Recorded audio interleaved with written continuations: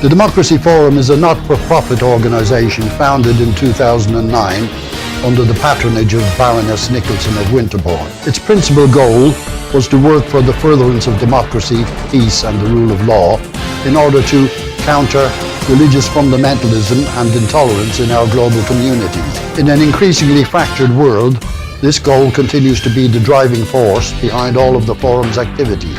Lord Charles Bruce is the current president of the Forum. Since its inception, the Forum has hosted and co-hosted seminars on a wide variety of topics relating to democracy and human rights across the world. The Democracy Forum encourages academics, students, journalists and other socially and politically conscious people to attend our seminars and to participate in the question and answer session. Details are available on our website, thedemocracyforumlimited.com.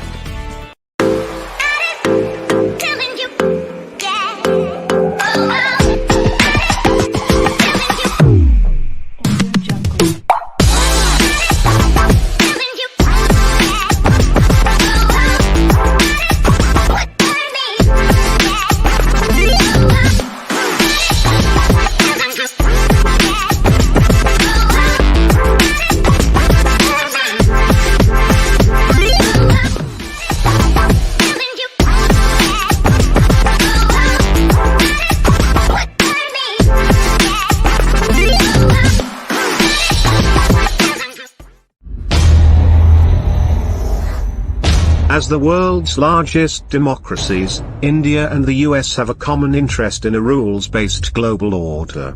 US-India ties have strengthened in recent years, largely due to their shared concerns over China's growing influence and non-democratic practices.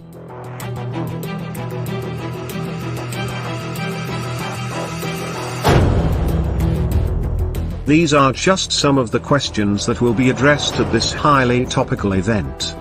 The United States and India, the relationship is truly, in the words of President Obama, one of the defining partnerships in the 21st century. And it will be.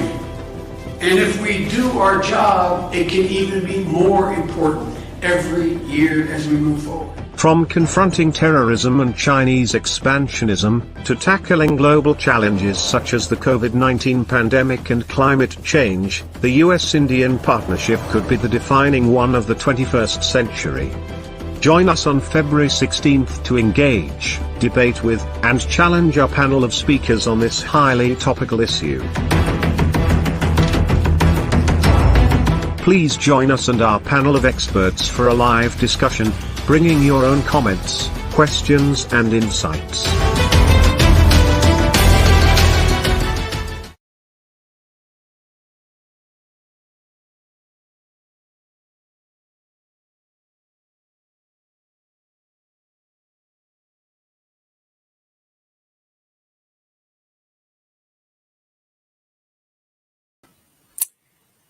Hello, I'm Humphrey Hawksley, your host for this fascinating Democracy Forum debate on India, America, and much, much more.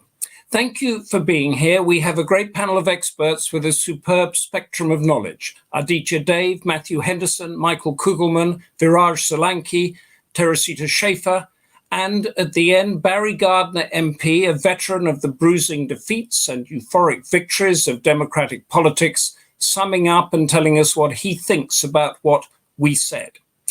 Before I turn to them, I want to give the screen to Democracy Forum President Lord Charles Bruce, who will lay out the canvas to our debate with his usual sharp observations and pointed arguments.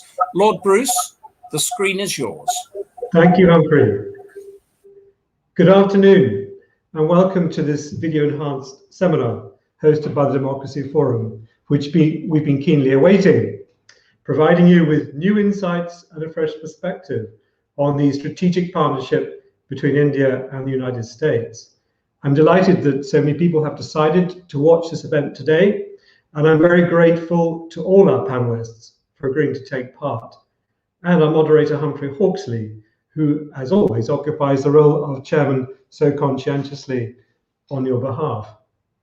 In seeking to define the nature of the relationship which has evolved in recent years between the United States and India, there's no doubt that strategic cooperation has been steadily built upon 4 enabling defense agreements over 3 US administrations. The most recent iteration of this process, the signing of the Basic Exchange and Cooperation Agreement last October, emerged as the third part of the US-India 2+2 dialogue. Indeed, logistically, there is growing evidence that American and Indian defense planning and procurement has reached new levels of integration. In 2016, India was declared a major defense partner, which was clearly explained at the time in the accompanying news release as a status unique to India. And in a recently published fact sheet, the US Bureau of Political Military Affairs estimates that between 2008 and 2020, total defense exports to India had amounted to over $20 billion. There's no indication that the Biden-Harris administration will alter the momentum of this relationship.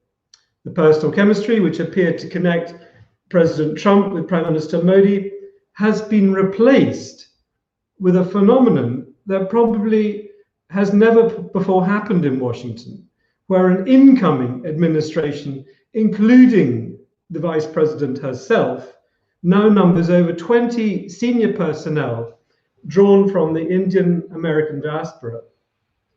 As a public servant with over 40 years of political experience, President Biden's connections with India reach back over 2 decades and predate the twin terms he served in the Obama administration as vice president. As a senator and later as chairman of the Senate Foreign Relations Committee, he was consistent in his support for India, often at critical moments. In 2001, he urged George W. Bush to rescind economic sanctions, which the United States was threatening to apply. In 2006, he announced his vision for the future of US-India relations, stating that my dream is that in 2020, the 2 closest nations in the world will be India and the United States.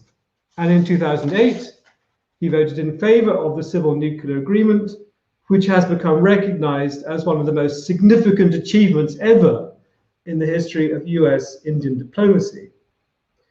But in determining the parameters of America's engagement with India, it's worth remembering that there are several principles which are non-negotiable and which together define India's irreducible sense of its exceptionalism as an ancient civilization.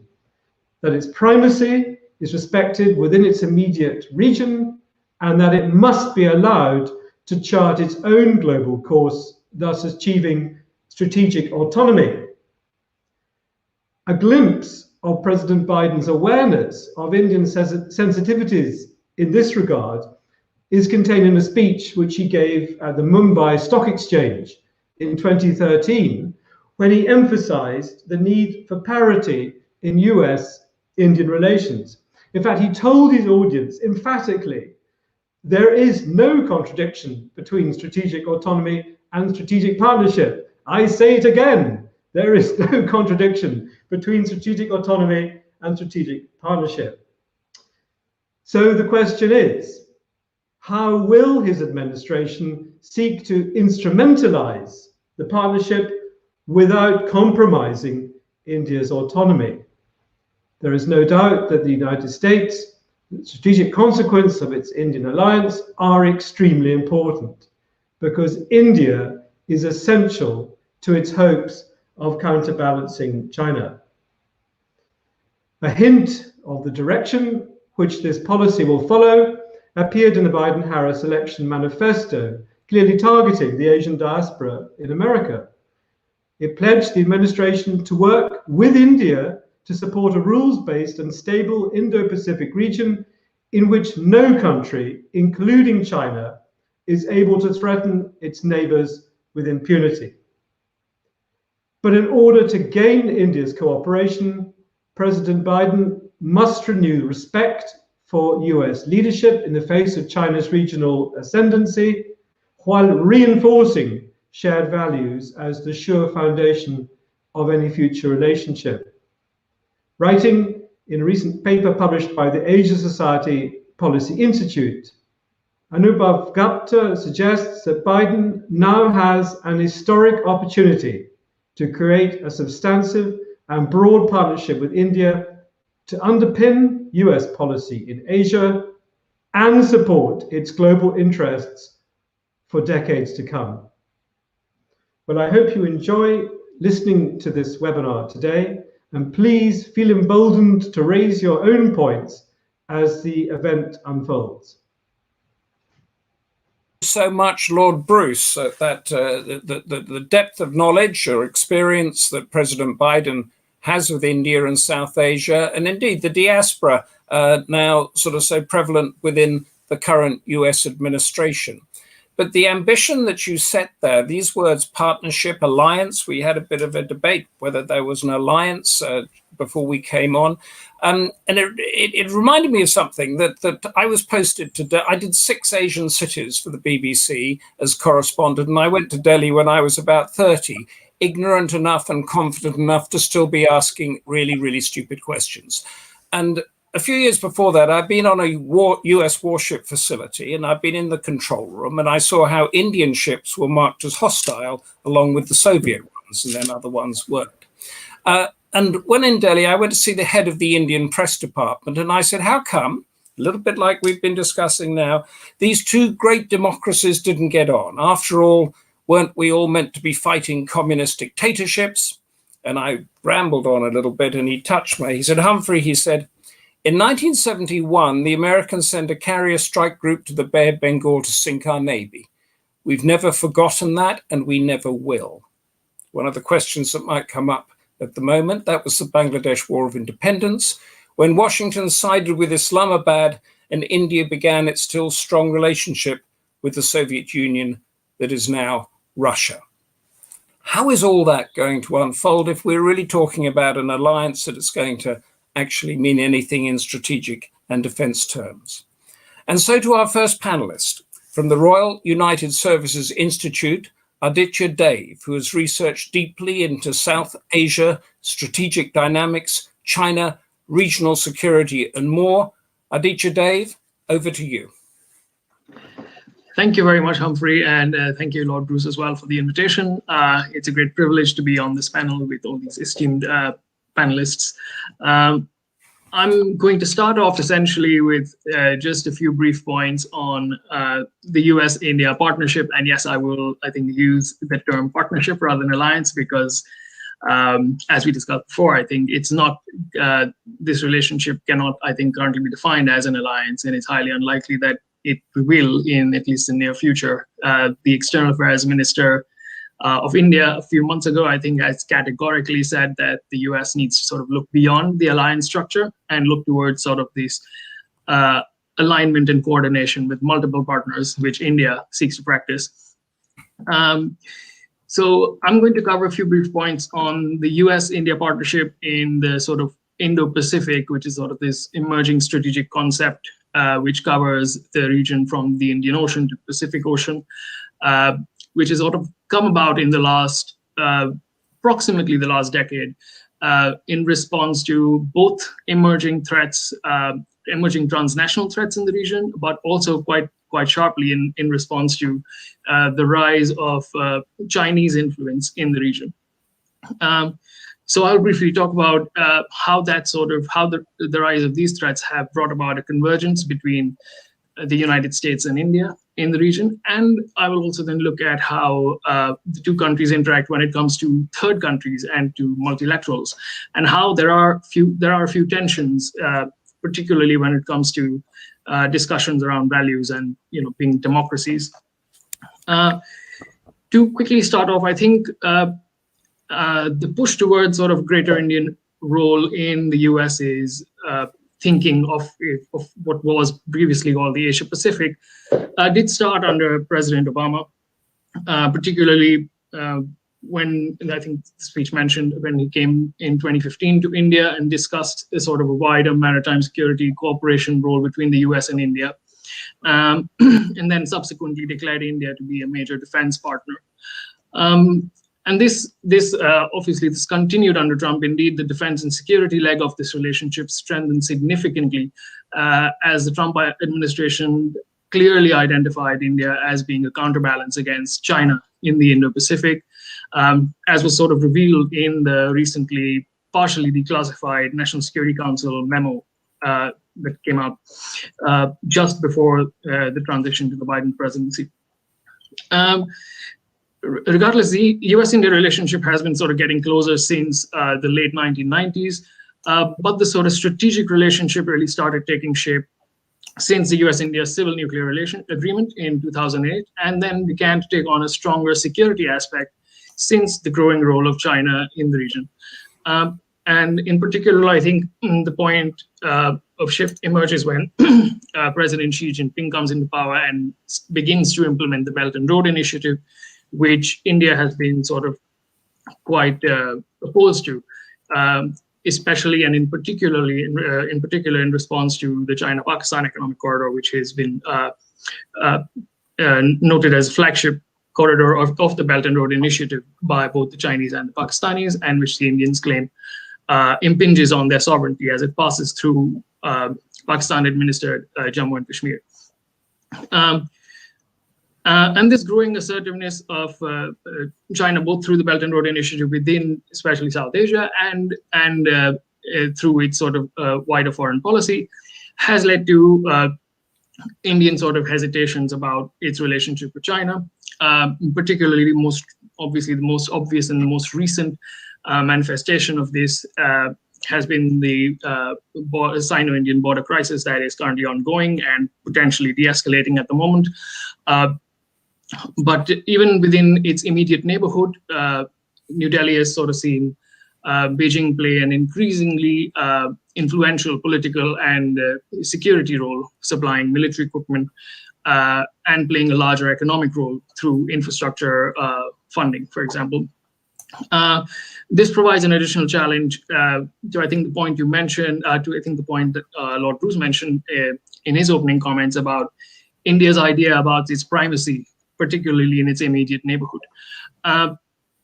In addition to this, I think the convergence also comes about, obviously, as the rise of China in the region also creates challenges for the US and its allies, and particularly through the challenges that China poses to international norms when it comes to, for example, the South China Sea, or through its greater assertiveness in its sort of military security posture, both in Southeast and East Asia, as well as its sort of coercive diplomacy through which results in sort of the detention of Canadian citizens or economic sanctions on Australia, as a recent example.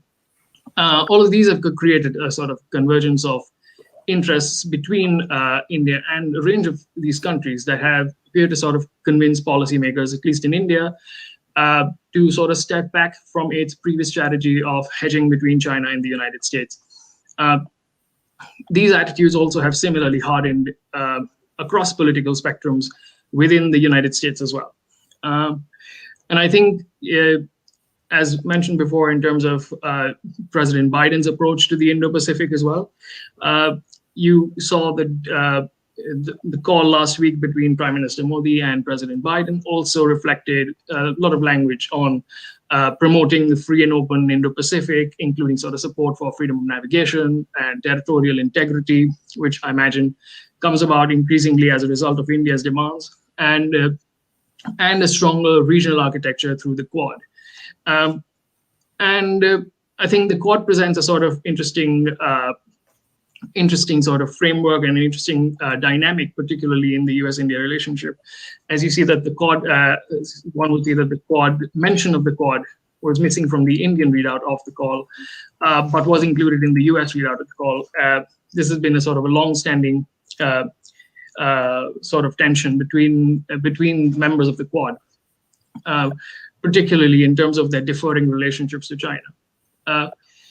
In terms of sort of India's Indo-Pacific vision, it has emphasized importance of sort of partnerships to reinforce the rules-based order, to reinforce sovereignty, freedom of navigation and connectivity, but it has also sort of emphasized the value of inclusiveness. And this inclusiveness is something that is missing from sort of most other strategies on the Indo-Pacific from other countries, but is meant to include ASEAN centrality, as well as, I think, leave room for Russia in particular to play some sort of role, which obviously the US has been quite opposed to, but the Indian relationship with Russia is quite different.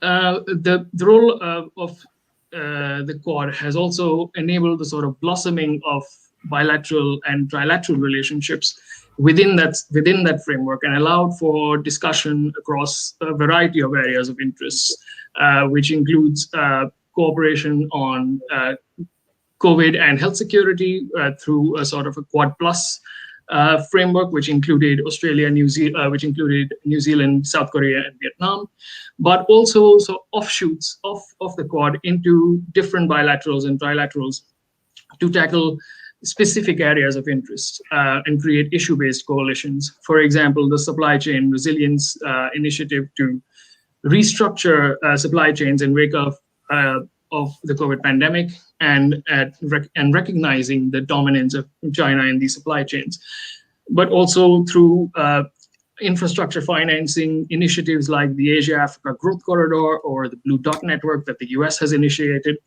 Although all of these initiatives currently are quite nascent, and I think quite dependent as well, particularly the Blue Dot Network, on what the Biden administration's priorities will be going forward.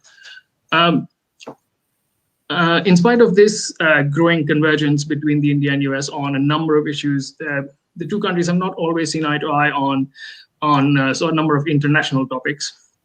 I mentioned Russia earlier.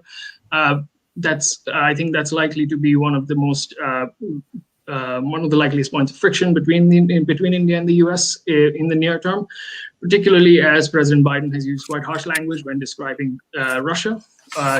Spoken of China as a competitor and of Russia as actually perhaps an opponent or a threat. As I think you mentioned, Humphrey, quite aptly, the experience of India from 1971 is something that not many people have forgotten, and the fact is that had led to a proliferation of sort of Russian military equipment into India's armed forces, which continues to this day. The large majority of India's sort of fighter aircraft are of Russian origin, and Russia has been willing to share technology for India's nuclear submarines, when other countries have not, for example. And so that relationship is going to be quite difficult to extricate, and particularly in light of US attempts to sort of impose CAATSA sanctions, which it has done recently on Turkey. That might become a point of friction going forward if India is not given a waiver for those sanctions. Even in terms of the values and democracy question, I think there's been quite a bit of divergence between the two countries in that sense, especially when it comes to India's immediate neighborhood. The most recent example of that, I think, would be the response to the current coup in Myanmar. President Biden and the US have both come out quite strongly against particularly the detention of political leaders and the human rights abuses currently ongoing, whereas India has been, it's a little more circumspect in its language in that sense because of its deep sort of security relationship with the Myanmar army and its importance in that for that cooperation for security along its northeastern borders. Similarly, the two sides don't always agree on freedom of navigation operations. The US has, in fact, carried out freedom of navigation operations against India, where both sides don't necessarily agree on the sort of the 12 nautical mile distance within which free navigation should be allowed. And finally, I think I will mention sort of a couple of quite important things in the sense that in spite of India's current situation with China, India has been relatively silent on both the situation in Hong Kong and the crackdown in Hong Kong, as well as on the persecution of Uyghur Muslims in Xinjiang. India did not join the UN Security Council resolution a few months ago that condemned that persecution, and it has been a little, it has been sort of silent on these issues, recognizing its sort of pragmatic concerns in the sense that it has to have a relationship with China to resolve its own security and immediate concerns in that sense. And I will finally just end with a point on two sort of areas which highlight this dynamic of tension between India and the US in terms of its values. One is on, for example, Diego Garcia, where India has been quite vocal in the past on the importance of the principle of anti-colonialism and on returning the territory to Mauritius, for example. But from a strategic perspective, the US presence on Diego Garcia is extremely important and useful for India at the moment, especially as any sort of, first of all, there isn't a realistic possibility of the US vacating it, but if it does, it creates a large security vacuum that would be filled by another actor, possibly China. And that isn't sort of favorable for India in that sense. And finally is the point on, I think, as you mentioned, has been discussed several times before, is the point on sort of the internal human rights issues and the trajectory of the democracy within India at the moment. I think we'll probably discuss that later, so I won't go into details in that. But essentially, that creates a point of friction as well in terms of how this relationship progresses. I would argue, however, that India's internal democratic issues currently do not necessarily impinge on its relationship with Western democracies as much as it does on its relationship with its regional neighbors, which bear the immediate brunt of these policies. In that sense, I think these policies, in fact, have a negative effect on India's own regional primacy, rather than on its relationship with sort of countries further away. Especially because I think, just to end, that the relationship will primarily, the US-India relationship will primarily be based, I think, on sort of key factors such as the threats that both the US and India perceive from China and the role that they see the other playing in helping balance that threat, as well as on the sort of economic relationship. So I'll end with that. Thank you. Thank you so much. Don't go away, because I just want to, I was making notes whilst you said that, and I think you started off using this word point of friction, which sort of is rubbing each other up along the wrong way. And then as they sort of gathered, I wrote down deal breakers. So what I'd like to know from you, and I'd like anybody out there to ask a question and to challenge Aaditya, Dave, challenge any of us, put it in there and we'll feed it in. But what I'd like to ask here, if I could jump in, is there's a lot of talk about the Quad, the US, Japan, Australia, and they have very strong security ties, sort of unbreakable treaties and that sort of thing. And there are others. How far can India be part of that in percentage terms? 100% is that it's a locked in a sort of NATO type of agreement, and 0% is like it was, as I described, during the Cold War.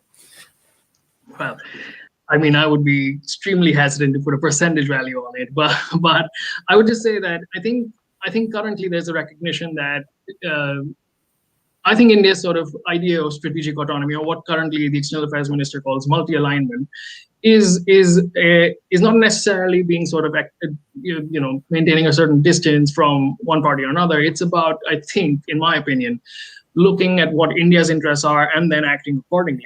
And I think currently it seems to be that most of India's interests lie away from where China's interests lie. And in that sense, there is a clear convergence between all these countries, India, Japan, Australia, the US, I would add France, and increasingly the UK as well into that. Yeah. That there is an increasing sort of convergence of these interests, and these interests are different from what Chinese interests are. So now I think the question of sort of 5G, etc., all of this feeds into this question of security at the moment, where previously India had been quite happy to allow Huawei into its 5G trials.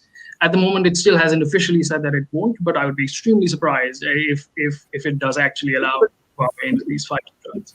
But if I could pin you down for, I mean, in the West and in the press and the people walking the streets, the very little they know about this, they think about the Quad, they think mini NATO, they think this is the democratic security pact that's going to protect Asia from the Chinese Communist Party.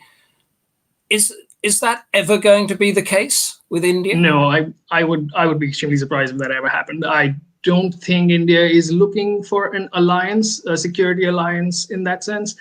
I mean, I think there's no getting away for India from the fact that it shares a long disputed border with China, and that it needs to manage that border, and that it can't do so if it is openly and clearly in a security alliance against China, for example. It needs to balance its relationship with China and with Russia and with the US in equal ways for India's interest, doesn't it?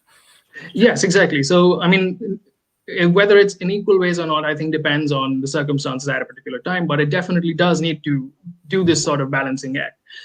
For example, with Russia, it is in terms of this massive sort of defense equipment relationship. With China, currently it is to manage the border issue, which the economic relationship is growing. Precisely. So that was my next, where essentially India and China have a massive economic relationship, where for India, that relationship is currently much more important than it is for China. And China has sort of large investments in a lot of its startups and a lot of its technology sector, which is important for India. Yes, the Indian government is attempting to find ways of diversifying these sources of investment, is attempting to close down certain avenues of Chinese investment, particularly in sort of areas that it sees as strategic or in government, for government contracts. But I think overall this is going to take some time. Yeah. And so I think that element of balancing is not going to go away for a while.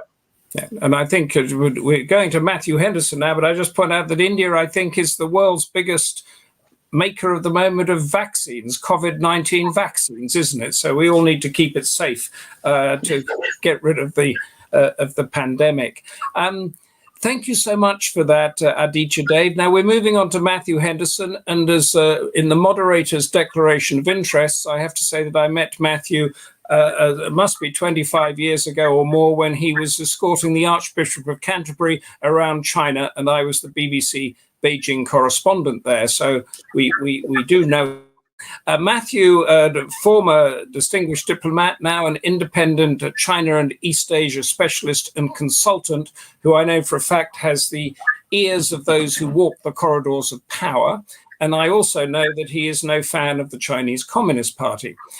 So he's going to talk to us now about the importance of the Indo-Pacific as a geostrategic space, about democracies. And we're talking about India as a democracy or not a democracy, or whether it's a partnership or an alliance or whatever that relationship is. Matthew, the screen is yours. Thank you, Humphrey, and thank you also to Lord Bruce for today's platform. I will indeed be focusing on the Chinese aspect of everything we're talking about today in a way which I think is very important as a benchmark for our discussions. And indeed, I think my conclusions lead me very much down the path that Lord Bruce laid out in his introduction, that there must be more cooperation and alliance. So my short presentation is intended to shed light on the aims of the Chinese Communist Party, the CCP, in regard to democracy in general, and India and the US in particular, as political, economic, and military competitors. This overview supports my conclusion that stronger practical cooperation between India, America, and their allies in defense of freedom and democracy is essential if world security and stability is to be preserved. Turning first to the strategic objectives of the Chinese Communist Party. The CCP is taking advantage of widespread economic and political disorder caused by the global pandemic, weaponizing its narrative about successful domestic control of COVID-19 as proof that authoritarianism is superior to democracy. This challenge is part of what the Chinese People's Liberation Army, the PLA, has called unrestricted warfare, a single narrative linking the concurrent use of all forms of CCP power, from hard to sharp and soft, from overt to covert and clandestine, in a permanent struggle with rival political systems. This concept combines the Marxist idea of continual struggle with ancient and modern theories of hybrid warfare. The goal is CCP victory over liberal democracy and the establishment of a PRC-led New World Order. As is well known, the canonical text for this campaign is Party Document 9, issued under Xi Jinping's name in 2013. While mainly aimed at ensuring CCP survival in the then domestic context, it also stands as a Marxist-Leninist nationalist roadmap for global domination, as Isabel Hilton has so aptly described it. Document 9 singles out as the targets of CCP struggle Western-style constitutional democracy, civil society, universal values of freedom and human rights, the rule of law through an independent judiciary, neoliberalism, and freedom of expression. These are all considered threats to CCP survival, which must at all costs be overthrown. Over the last decade, as much of the world was seduced by the prospect of sharing in the PRC's new prosperity at negligible political or security cost, this zero-sum strategy has been advancing under our noses, directed by the CCP leadership through the agency of specialized departments of the Central Committee. The PRC's handling of the initial COVID-19 outbreak should have destroyed any illusions the West might have held onto about trusting the CCP and its vaunted win-win policies, but still the pantomime continues. On the 25th of January, at the virtual World Economic Forum meeting, Xi Jinping made a speech from which this is a brief extract. There will be no human civilization without diversity, and such diversity will continue to exist for as long as we can imagine. Difference in itself is no cause for alarm. What does ring the alarm is arrogance, prejudice, and hatred. It is the attempt to impose hierarchy on human civilization, or to force one's own history, culture, and social systems upon others. The right choice is for countries to pursue peaceful coexistence, based on mutual respect and on expanding common ground, while shelving differences, and to promote exchanges and mutual learning. This is the way to add impetus to the progress of human civilization. The tone is familiar enough, but the context surely makes these platitudes worth rather careful consideration. If Xi Jinping expects us to take such statements seriously, why has this approach been entirely contradicted in CCP governance of Hong Kong, Xinjiang, Tibet, and Inner Mongolia? Further afield, as was hinted by Aaditya, Xi's Belt and Road Initiative, BRI, has provided an invaluable vehicle for the same CCP agenda, outwardly supporting development, but at the same time undermining democratic institutions in many countries across the world. And as Aaditya has pointed out, BRI has enabled the CCP to engage in South Asia to India's great disadvantage by increasing its influence in Pakistan, Afghanistan, Bangladesh, Nepal, Sri Lanka, and the Maldives. In recent years, aggressive efforts to undermine regional stability and security have been increasing around Japan, Taiwan, the Philippines, and Vietnam, and may well also be manifest in some way in the latest military coup in Myanmar that was referred to earlier. The security and stability of the Indo-Pacific and beyond now faces an urgent geostrategic threat from the PRC's revisionist expansionism. This threat is particularly focused on countries whose democratic ideals, capacity to compete with China, and international connections stand in the way of the CCP's strategic aims. Now I'd like to focus in on India from the current CCP perspective. Mistrust and rivalry have been inherent in the CCP's relations with India throughout their 70-year history, manifest often as tensions on the border. India, after all, has since 1959 provided refuge to the world's single most influential symbol of resistance to the CCP, His Holiness the 14th Dalai Lama.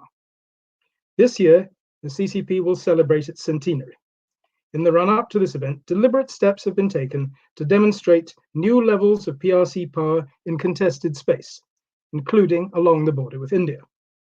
The lethal violence that erupted in June last year was unlikely to have been a spontaneous conflagration. Rather, it can be assessed as designed to send various messages about India to audiences, both in the PRC and abroad. At home, media coverage will have shown how PRC wealth, power, and military superiority now enables China to take control of disputed territory in some of the most difficult militarized terrain in the world.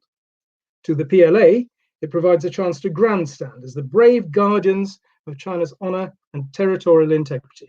To India, a reminder of the armed might of rising China, which spends $260 billion a year on defense, very much more than even India, together with US assistance, can muster. And to provoke Indian political discord as to how to react given dependencies that has been referred to before around bilateral trade.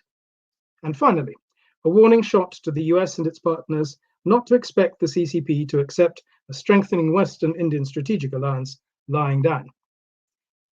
The recent bilateral disengagement, welcome as it is in the Pangong-Tso area, does not in any sense diminish the significance of these messages. If anything, the timing, soon after President Biden's accession, represents the power to manipulate events on the ground to the CCP's supposed credit. Beijing sees India as one of its most significant rivals, likely to grow in economic and geopolitical influence, and apt to side increasingly, as we have heard, with the United States as this progresses. The CCP will seek to counter these developments using all means at its disposal. How the Indian government manages this strategic threat in the next few years will be of existential importance to global peace and stability. While India has long sought to keep an independent grip of its rocky China relations, how the wider geopolitics shift may depend to a considerable extent on the Biden administration's China policy. Here, I will focus briefly on the state of Sino-US relations from Beijing's perspective. Wang Yi, the PRC's foreign minister, has already tried to drive wedges between ex-President Trump's China policy and that of his successor, saying in early January that relations with the US are at a new crossroads, and raising hopes that the new administration will return to a sensible approach to restore normality, restart cooperation and resilience. And tellingly, Wang Yi has also said that its Sino-Russian relations are now at a historic high. Together, China and Russia will continue to be the example of good neighborly and friendly relations between major countries, to add impetus to global recovery and to underpin global strategic stability. This point, of course, has particular nuance, both for the US and India. However, so far, there are few, if any, signs that President Biden is inclined to take a milder approach. The White House reports that at their first telephone conversation on the 10th of February, the president expressed concerns to Xi Jinping about threats to Indo-Pacific freedom and fundamental concerns about coercive and unfair business practices, the crackdown in Hong Kong, human rights abuses in Xinjiang, and regional aggression, including towards Taiwan. The new Secretary of State Blinken was as forthright, telling the top Chinese diplomat Yang Jiechi that the US will work together with its allies and partners in defense of our shared values and interests, to hold the PRC accountable for its efforts to threaten stability in the Indo-Pacific. So, how should the free world take matters forward? China's revisionist power, now being asserted in overseas space with almost total impunity, demands a coherent, collaborative response by democratic nations. Here, a useful paradigm has been provided by Australia's example. Confronted by the PRC's increasingly aggressive bullying and economic blackmail, a robust national pushback, backed up by timely legislation, has served to rally support from allies, as well as strengthening interest in hitherto rather lackluster international entities such as the Quad, of which Aaditya has spoken very eloquently, and Humphrey too. It has also re-energized Western debate about how to deter PRC revisionist expansion and threats to free navigation, while the CCP generally sets little store by multilateral institutions. Any grouping that marshals the combined economic, political, and military clout of the US, Japan, and Australia, and friends in defense of international law and values in some kind of practical parameters would be hard to ignore, hard for Beijing to ignore, as a balancing rather than a confrontational center of gravity. And I would argue against the thought that the Quad countervails the possibility of a more resilient approach to border problems. The opposite, I believe. Finally, a brief comment on the importance of containing the damage to democracy caused by the proliferation of CCP surveillance technologies. As is well known, Huawei and associated tech companies have been at the cutting edge of CCP repression of ethnic and other groups in the PRC. The same products and uses have been central to CCP political agendas abroad, proliferated under BRI to regimes where democratic norms are poorly observed. Freedom House has monitored how the PRC has extended its influence in the former communist states of Central Asia and Eurasia by supplying surveillance technology to repressive regimes willing to collaborate in various ways with the CCP, who then use this capability to undermine the rule of law, repress democratic opposition, and protect those who deny basic human rights and values. Essentially, the decision to install Huawei equipment in any entity offers a foothold in it for exploitation by the CCP, which will be carried out with relentless energy if it serves their purposes to do so. And third parties dealing with these entities, of course, are exposed to concomitant risk. Freedom House notes that PRC surveillance systems have been sold to Kazakhstan, Kyrgyzstan, Tajikistan, Uzbekistan, as well as at least 7 other former communist states, including Russia. They argue persuasively that CCP sharp power will only be prevented from penetrating vulnerable target states if the world's stakeholders in democracy focus on supporting these countries' democratic institutions.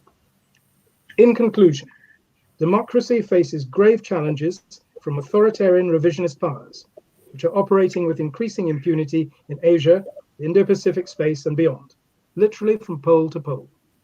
While for many years India has sought to remain distanced from some of these developments, lately the risks associated with doing so have presumably begun to outweigh the gains.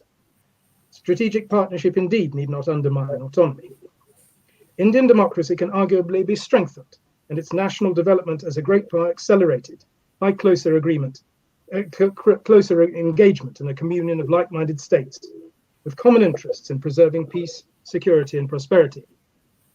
Indian participation could well help to stem a tide in international affairs that for the last decade or more has been flowing in the direction of totalitarian entropy. The revival of democracy now needs active support from all the nations across the free world who benefit from it. Thank you. Matthew, thank you. And thank you for the detail there of the Chinese Communist Party's intentions. Underpinning, I think, this trajectory that we've had over the past 15, 20 years, whereby it was thought that if there was engagement with China, it would evolve into a style of accountability and democracy and rule of law. And the details that you've given and others have given is that this is no longer the case. So we have to think of it in a different way. So I'd like to pick you up or ask you a question, put you on the spot, hopefully, in that you talk about like-minded and democratic values, yet we heard from Aaditya today, over Xinjiang, Myanmar, and that there's been muted response from India. We've got the situation in Kashmir in the northeast, and the general sort of escalation of human rights abuse, anti-democratic elements in India itself. What percentage of Indian values do you think are in line with what we hear from Washington, and what percentage are in line with what we hear from Beijing? And I'm not talking about the anti-India stuff from Beijing, I'm talking about the way an Asian society develops. This is a very profound question, and I think it's one which can be answered from a number of different angles, which lead in entirely different directions. However, you've only got 30 seconds or so, Matthew, so I told her I was putting you on the spot. India should aspire, as I said, to a means of engagement with the outside world now, not necessarily choosing to throw in its lot entirely, but aligning itself, because the interests of India make absolute sense in that regard. If that means working more closely with fellow democracies and recognizing that ultimately that is the world order which must be restored, it takes you away from the alternative, which is falling under the suzerainty of a more successful, more vicious, and more virulent Chinese regime. This is a binary choice, but it is not necessarily a choice which brings conflict. It brings development and success. That is my firm faith. And that's the choice that India and all of us have got now, right now. I would frame it in those terms, precisely. Yeah, thank you. Well, that's great. One of the questions come in that we can think about, we don't need an answer. What role might other Asian democracies play in the US partnership. We already know that Japan is part of that, Australia is part of that, but there are others. Michael Kugelman is our next speaker, Deputy Director of the Asia Program and Senior Associate for South Asia at the Woodrow Wilson Center in Washington, where it is just coming up to 10 o'clock in the morning, I think. Michael is an editor, written some dozen books on Asia, as well as pieces in Foreign Affairs, New York Times, and other influential outlets that forge and mold policy. Michael's going to analyze the US-India relationship under Biden. How is that different from under Trump? And also that thing that we've alluded to before, the historical evolution of the Indian relationship over the years. Michael, the screen is yours.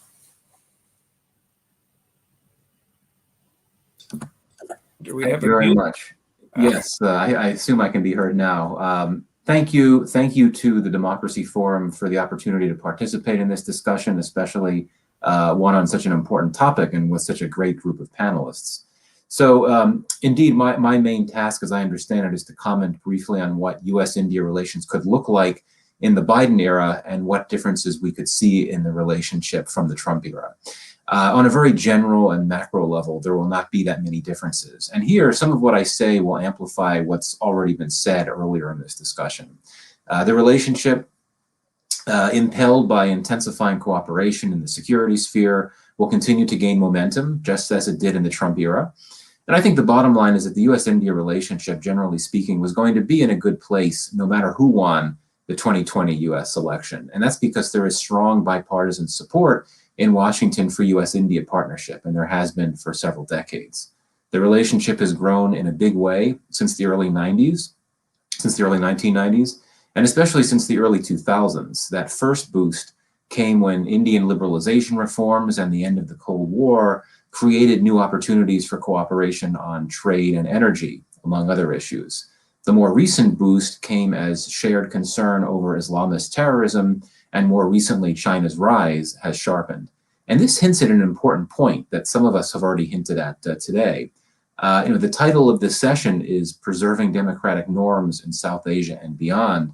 But if I may, I would argue that this is not what this relationship is meant to do in practice. Certainly, there is much rhetorical emphasis on shared values in the relationship and the desire to promote them. But this is, at its core, a relationship driven by shared interests, not shared values. The Biden administration certainly may be focused on preserving democratic norms. That's one of the pillars of its foreign policy. But that is not a focus of the Indian government. And it should be noted as well that both the US and India have experienced democratic backsliding in recent years. Now, Biden himself, as was noted in the introduction earlier, is a longtime friend of India. He helped negotiate the US-India civil nuclear deal, which is widely believed to be a major milestone for the relationship and was much more about forging strategic partnership than about energy considerations. Biden has, as was mentioned earlier, he's described the US-India partnership as the, quote, defining relationship of the 21st century. He's often expressed his support for the Indian American community, which has long been viewed as a bridge for the relationship. In its earliest days, the Biden administration has signaled that it will want to maintain a focus on two key areas of US-India cooperation during the Trump years. One being the promotion of a, quote, free and open Indo-Pacific, and the other being the strengthening of ties with two other close US partners in the region, Australia and Japan, as part of the Quad arrangement that we've already discussed. And it was quite telling that the initial call between Secretary of State Antony Blinken and his counterpart in India, Dr. Jaishankar, hit on these very themes, at least according to the US readout. And I think it's quite telling that a prominent, well-respected Asia analyst and former Obama administration official, Kurt Campbell, has been appointed to the role of coordinator for the Indo-Pacific at the National Security Council. It's a new position. I think that's significant. All this said, I do think that we could anticipate some notable changes in the US-India relationship in the Biden era, with both positive and negative implications for the relationship.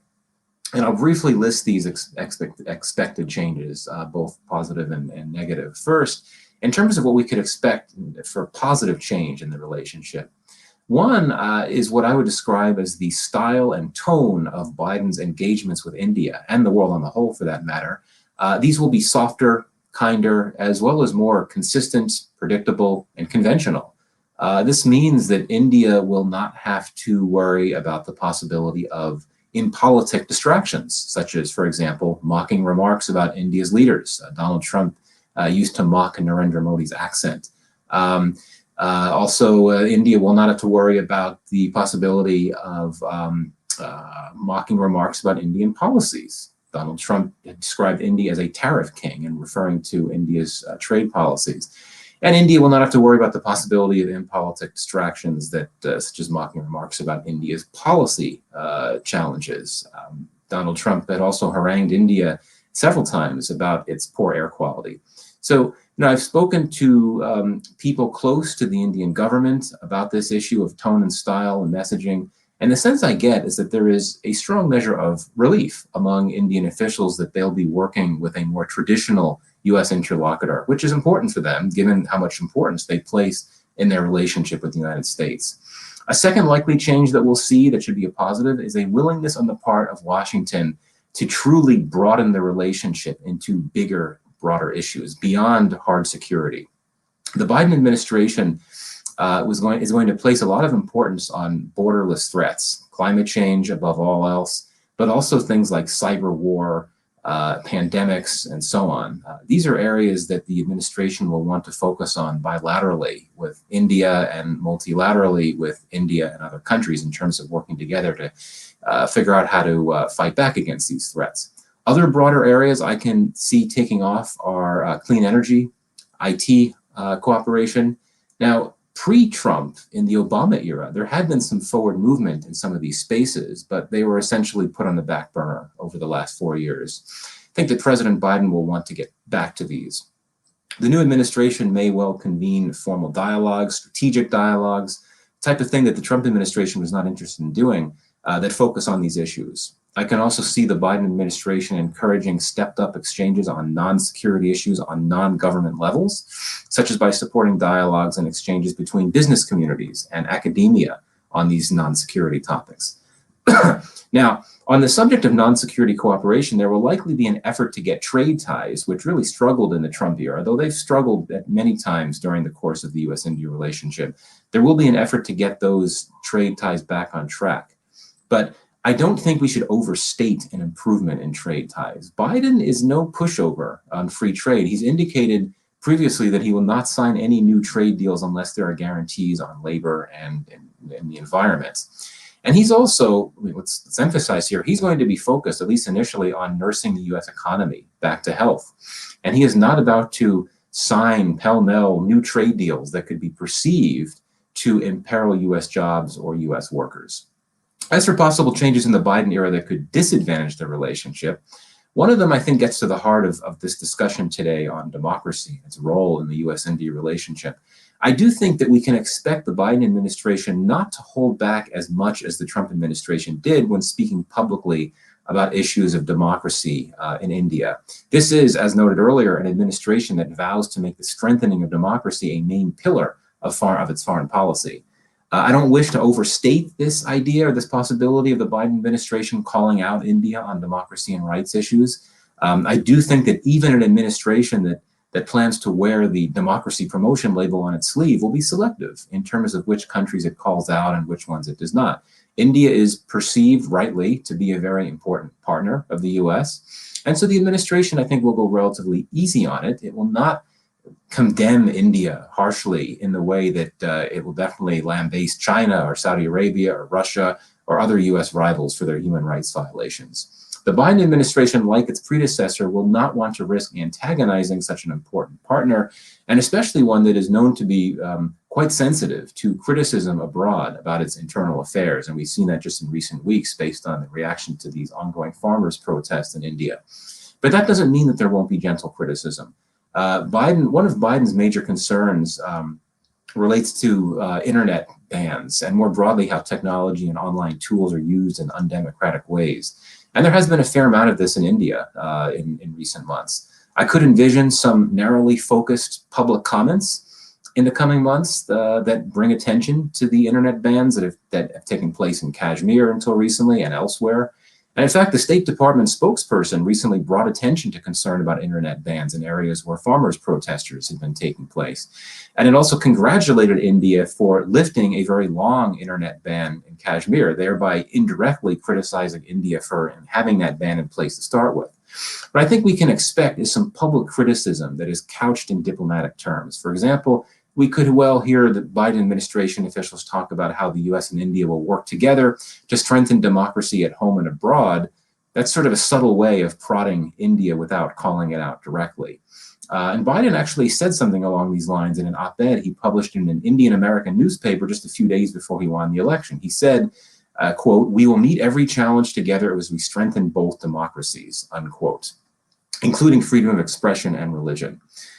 Finally, just very briefly, a second change we can expect in US-India relations that isn't necessarily a positive one actually relates to the issue of personal relationships and chemistry. I don't think personal chemistry among top leaders will figure as much in the Biden era as it did in the Trump and, for that matter, the Obama years. Now, in this age of symmetry and the personalization of diplomacy, these chemistry issues are certainly important in international relations. And you saw this play out with the much ballyhooed bromance between Modi and Trump, two men who I think share a number of things in common. And more surprisingly, between Modi and Obama, two men who seem to share not all that much in common.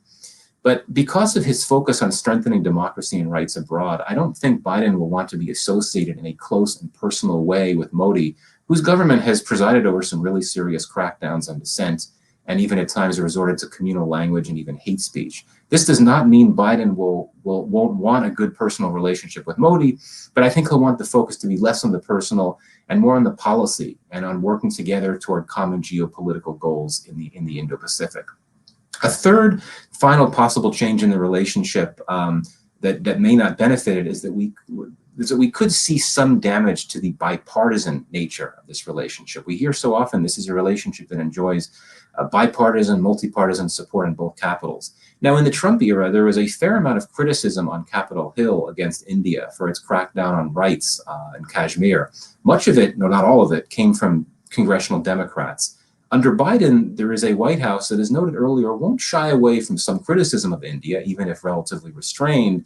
And I think this could embolden Democrats on the Hill and prompt them to intensify their own criticism, especially if these crackdowns on dissent in India continue. And another factor that could perhaps compound this small but real partisan problem or potential partisan problem in the US-India relationship is that the Indian-American community, a bridge for the relationship, does show some signs of its own increasing partisanship and divisions. There's a fascinating new study out produced by Milan Vaishnav of the Carnegie Endowment and several other scholars that finds that Indian Americans are not as uniformly supportive of Modi as many may believe. And the study shows that it is typically Indian American Hindus that support Modi, while Indian American Muslims and Christians, there's less support for Modi. Last but not least, one more final potential change we could see in the US-India relationship under Biden that could cause a bit of trouble for the relationship might emerge from Biden's policies toward China and Russia. And this was sort of alluded to earlier. Biden, like Trump, will definitely view China as a strategic competitor and threat, but Biden has vowed to pursue cooperation with China in areas largely non-security spaces where it's possible. And an even modestly improved US-China relationship may present a complication for New Delhi, which has seen its relations with Beijing really plummet to their lowest point in decades and has taken an increasingly hard line on China through reducing its commercial ties and scaling down other cooperation.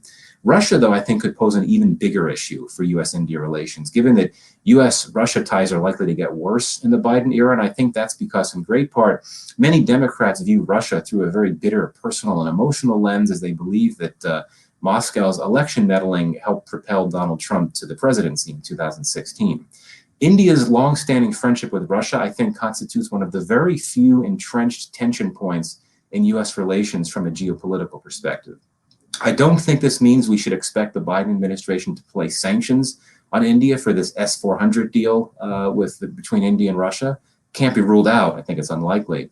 I think for this administration, it recognizes that it can't afford to sanction such a key partner, but that US-India-Russia triangle may grow just a bit more volatile. Now, all this, to conclude, all this said, I don't think we should overstate the negative impact that these potential changes could have on the U.S.-India relationship. The relationship is in a very good place. In fact, I'd argue it's likely never been stronger. And in the Biden era, I think such challenges can easily be weathered.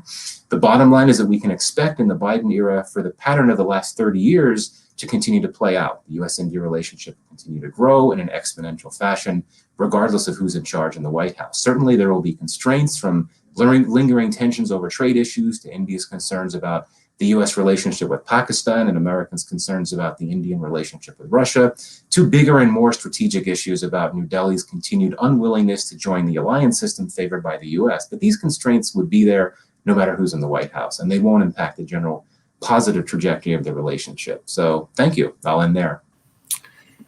Michael, thank you very much for that. I've pointed, when you talked about the India-Russia-US relationship, I looked up to that point of friction, and we see that it's going to be quite big. I wonder if I could put a point to you from the Indian perspective. You talked about sort of, deepening the network, Biden moving in, deepening networks at many levels, but there is also a new mindset in Asia, isn't there? Not in India. That in 4 years' time, there might be another Trump-like figure in. So how much do we invest in these promises of partnership and alliances? And this is a view, in Japan and other places. Could you give us a perspective of that? Is there a sense in Delhi that, we'll do a little bit, but we never know what's going to happen in the next election, so we have to have a plan B? Yeah, well, certainly there's a recognition that because of his age, this could be a one-term presidency for Biden. But I think that in Delhi, and I would presume in other Asian capitals as well, the focus is more immediate term. The focus is more on, working with the fact that you now have a very different type of president in place. And certainly in India, the relationship is going to be okay no matter who won the presidency. But I think the focus is on the present, and I don't really think there's much long-term planning in the sense of looking to what could happen in 4 years. I think the focus is much more on the here and now, just because, New Delhi, there's a lot of immediate term objectives with moving this relationship forward. And I think the long-term thinking is going to wait. And is there a sort of a discussion in Delhi? Are there divided groups as to how much they should go with the US on this? The question that I asked earlier, how much they should invest in the Quad and that, and how much they should then perhaps invest in China and invest in Russia. Is there a split there? Yeah, I would argue that of those three countries you mentioned, India's relationship with the U.S. has grown the most. I mean, we talk about this continued partnership between India and Russia, which is there, and this S-400 deal is a big example of that. But my sense is that the India-Russia relationship is more driven by nostalgia than anything else these days. Thinking back to how there was such a great relationship during the Cold War era. But I think the trajectory of India's relationship with the U.S. is much more positive than with Russia. China, of course, is a different story. The India-China relationship is in a bad place now. I do agree, though, that India does not want to push China away completely. It cannot afford to do that. And it looks at China as a rival very differently than it looks at Pakistan, its other main rival. Pakistan, of course, is less powerful than India in terms of conventional military power. That's not the case with China. So I do think that India will eventually, especially once emotions subside from what happened in Ladakh last summer, I think there will be a focus on trying to get the commercial partnership back on track and perhaps eventually to come back to the diplomacy. But certainly of those three countries, I think that there is an imbalance, that the India wants to have a strong partnership with the United States, certainly that falls short of alliance, but still one that could be seen as something as close as you can get to an alliance without it actually being a formal alliance. How you define that, I'll let the policymakers decide. And can I just pick, we've got a question in here and we've touched on it, so I'll put it to you now. This is from Francis de Souza. What choices does India really have given its geopolitical position and deep need to reassure its citizens with regard to Kashmir and Pakistan? Can you give us a brief thought on that? Yeah, I'm trying to understand the question. I think that it has choices in the sense that I guess I'm not sure what the choices relate to, but I think that India's position is very strong on this issue. It's not going to relent in its policy on Kashmir, even when there's outside criticism about some of its policies in Kashmir.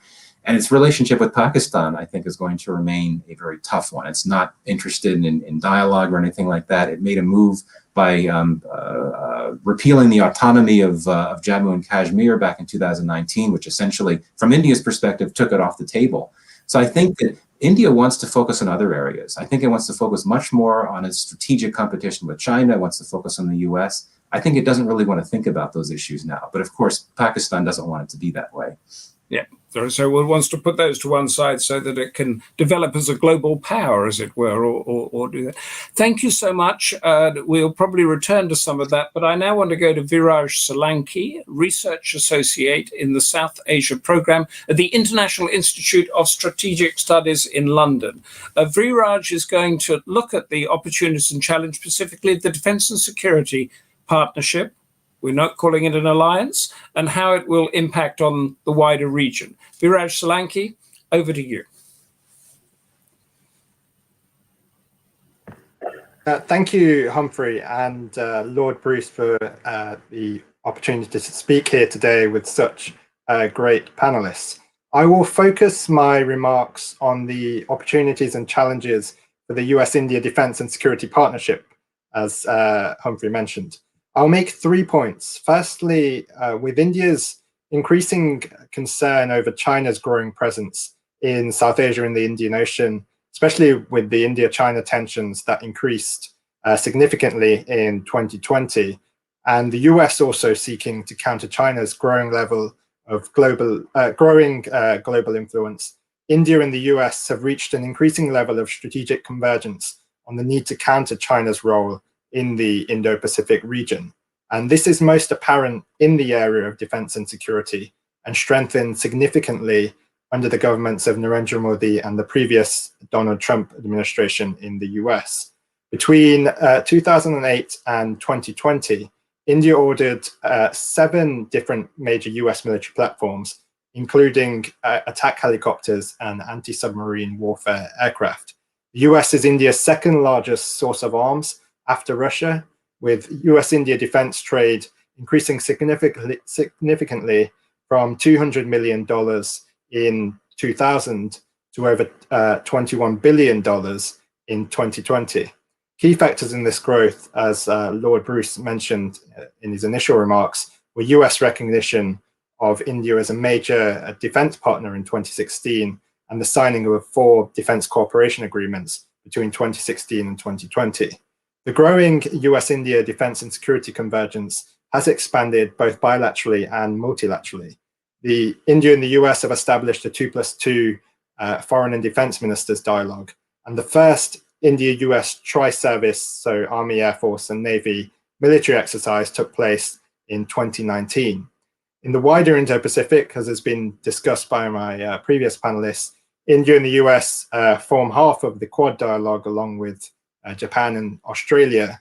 And notably in January 2020, the US and Australia expanded their geographical definitions of the Indo-Pacific to match those of India and Japan, so that the Indo-Pacific region stretches, as India is termed, from the shores of Africa to the Americas. And this follows upgraded both India, US, Japan trilateral dialogues and upgraded Quad dialogues. Following the resumption of the Quad in November 2017, the grouping has held 2 foreign minister level meetings and 7 foreign ministry level senior official meetings. And notably in November 2020, Australia participated in the 2020 edition of the Malabar series of naval exercises alongside the other 3 Quad countries. This was the first time that the Australian Navy had participated in the exercise since 2007. And Australia joining this exercise followed the increase in India-China tensions, which heightened in mid-2020. Increased US defense and security cooperation was best, I think, highlighted in the January 2021 declassified US Indo-Pacific strategy released by the Trump administration. And significantly, this document noted the US's aim that India's preferred partner on security issues is the US, and the two cooperate to counter Chinese influence, with the US offering support to India through diplomatic, military, and intelligence channels. And now, building upon the foundation developed by the Trump administration and previous administrations, and as my second point, I think there are significant opportunities for India and the US to enhance their own defense and security cooperation under the Biden administration. And although I think it's important to note that India and South Asia, beyond perhaps Afghanistan, are not priorities for the Biden administration. President Biden's primary focus will include health, climate change, and domestic US policy, including on the economy. And in his major foreign policy speech on the 4th of February, President Biden did not mention India, the Indo-Pacific, or the Quad. And as we've discussed previously, India is not a formal treaty ally of the US. However, following President Biden's inauguration, Biden and Indian Prime Minister Narendra Modi have spoken once, as have the Indian and US defense ministers and national security advisors, while the foreign ministers of the two countries have spoken twice. There have been consistent readouts in all of these initial calls between the senior policymakers in both countries, which highlight the priorities for the bilateral relationship. These include the two countries working together to combat challenges, including climate change and the recovery from COVID-19. Defense and security cooperation has also been highlighted as a priority in the wider US-India relationship. For example, the readouts of the Biden-Modi initial phone call noted that the leaders agreed to continuing close cooperation to promote a free and open Indo-Pacific and also a stronger regional architecture through the Quad. The two countries have also discussed cooperation in counterterrorism, maritime security, and cybersecurity. Notably, US National Security Advisor Jake Sullivan has also recently emphasized in a speech that he says the US wants to carry forward and build on the Quad format, which he believes is a fundamental foundation upon which to build substantial American policy in the Indo-Pacific region. Subsequently, following Biden's inauguration, India and the US have also engaged in practical cooperation, highlighting the continued momentum in the bilateral defense and security relationship. This includes a US Air Force bomber landing in India earlier this month for a defense trade show, which was the first time a US Air Force bomber has landed in India since 1945. The two countries are currently holding an India-US Army exercise in Rajasthan, and the Quad countries, along with Canada, held an anti-submarine warfare exercise in January. Beyond this, there are opportunities to further enhance this bilateral defense and security relationship. This includes additional Indian procurement of US military equipment and to increase intelligence cooperation between the two countries. For example, the US provided diplomatic, military, and intelligence support to India during the India-China border crisis, which heightened last year. And to address its capacity constraints in relation to China, India will likely engage in more issue-based partnerships and enhance defense and security links with partner countries, including the US.